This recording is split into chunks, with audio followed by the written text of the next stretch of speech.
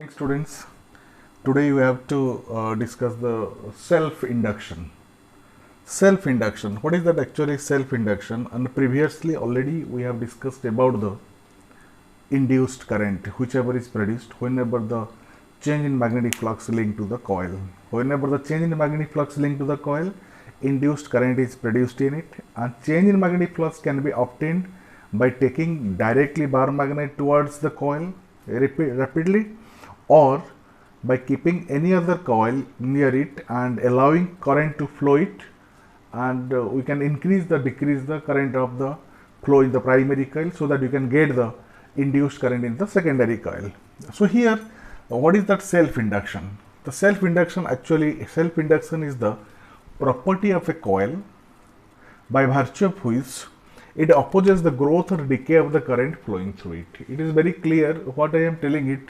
It is the property, or you can tell it as the phenomenon also. What happens here? Whenever the current flows through the coil, and here if the current flows through the coil, so this current is flowing through the coil and the magnetic field will be developed due to the current flowing coil, and that magnetic field will be creating the magnetic field lines or the magnetic flux, and that flux will be linking to the nearby coil. So what will happen?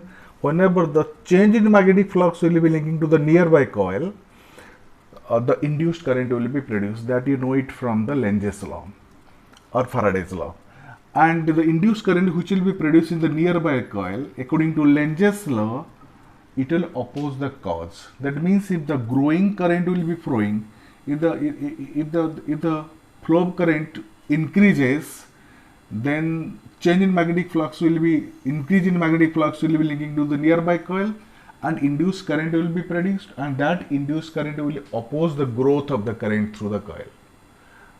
So how can get the increase in current and decrease in current? So by switching off and on. If the coil will be connected to the battery and the switch K is there, if you press the coil on and make it on and off, whenever it is on, the current will increase, and whenever it will be off, the current will be decreased. In both the cases, whenever the current will be increased in the coil, the change in magnetic flux, increase in magnetic flux is linking to the nearby coil, and induced current is produced in it, and that induced current, according to Lenz's law, will oppose the growth of the current in the coil.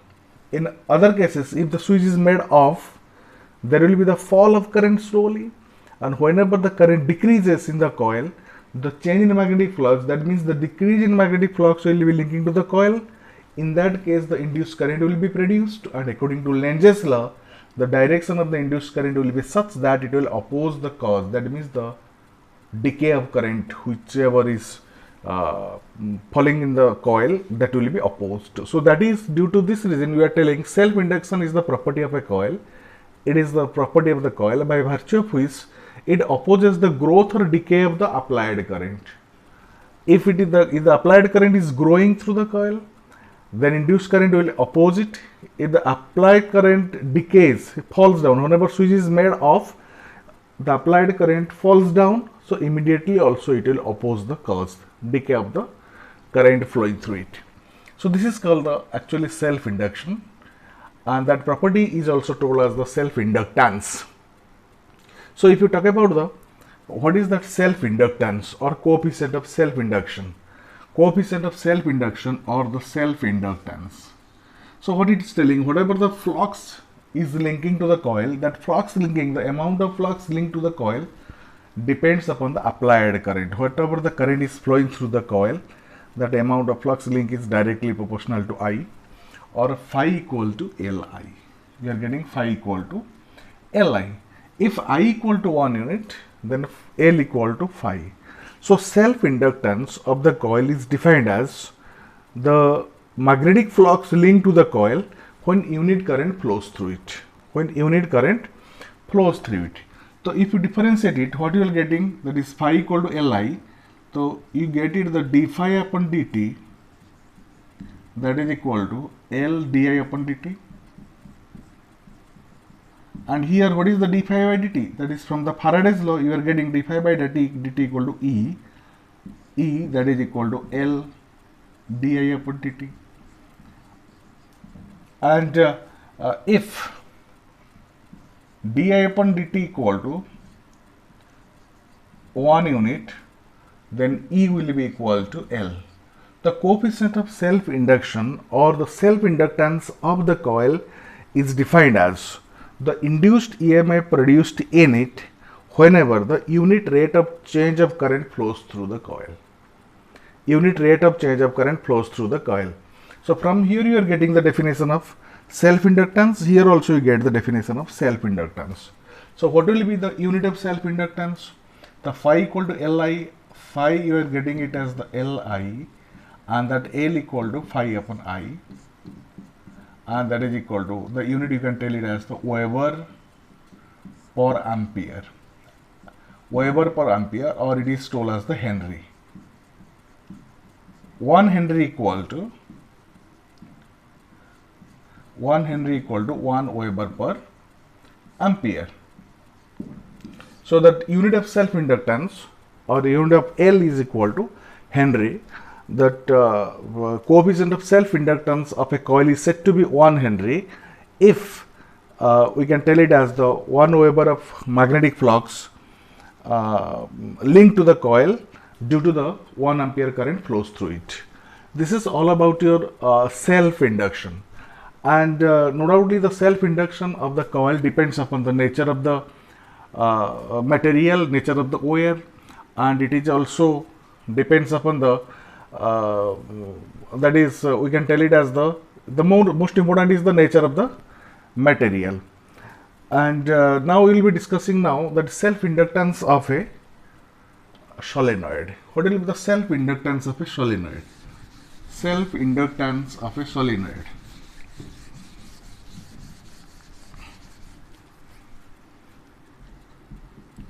Self-inductance of a solenoid. Suppose we have taken the solenoid, that is one solenoid is here, and the current is flowing through it. You know that whenever the current flows through it, the magnetic field is developed inside the solenoid.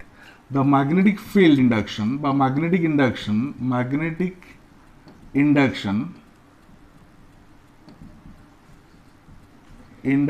due to current carrying solenoid,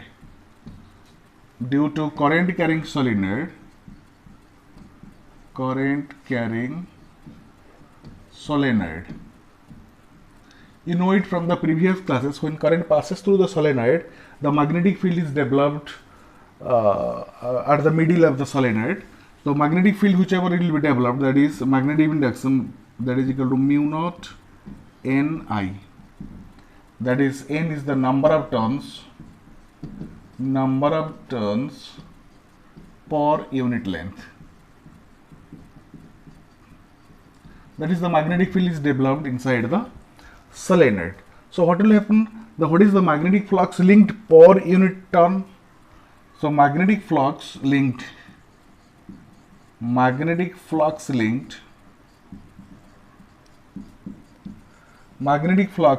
know it, the magnetic flux linked phi equal to B into A. Magnetic flux linked equal to B into A. That is magnetic flux linked per unit turn. We are telling the per unit turn. Per unit turn phi equal to BA. The total magnetic flux linked, what will be the total magnetic flux linked? Total magnetic flux linked,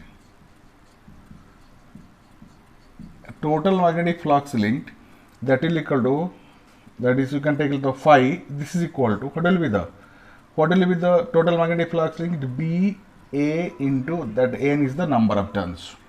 That is the N is the number of turns. So what is the B? So B, you know, that is equal to mu naught N I A into N. N is the total number of turns. That is the total magnetic flux linked to the solenoid. And you know the total magnetic flux linked to the solenoid equal to Li.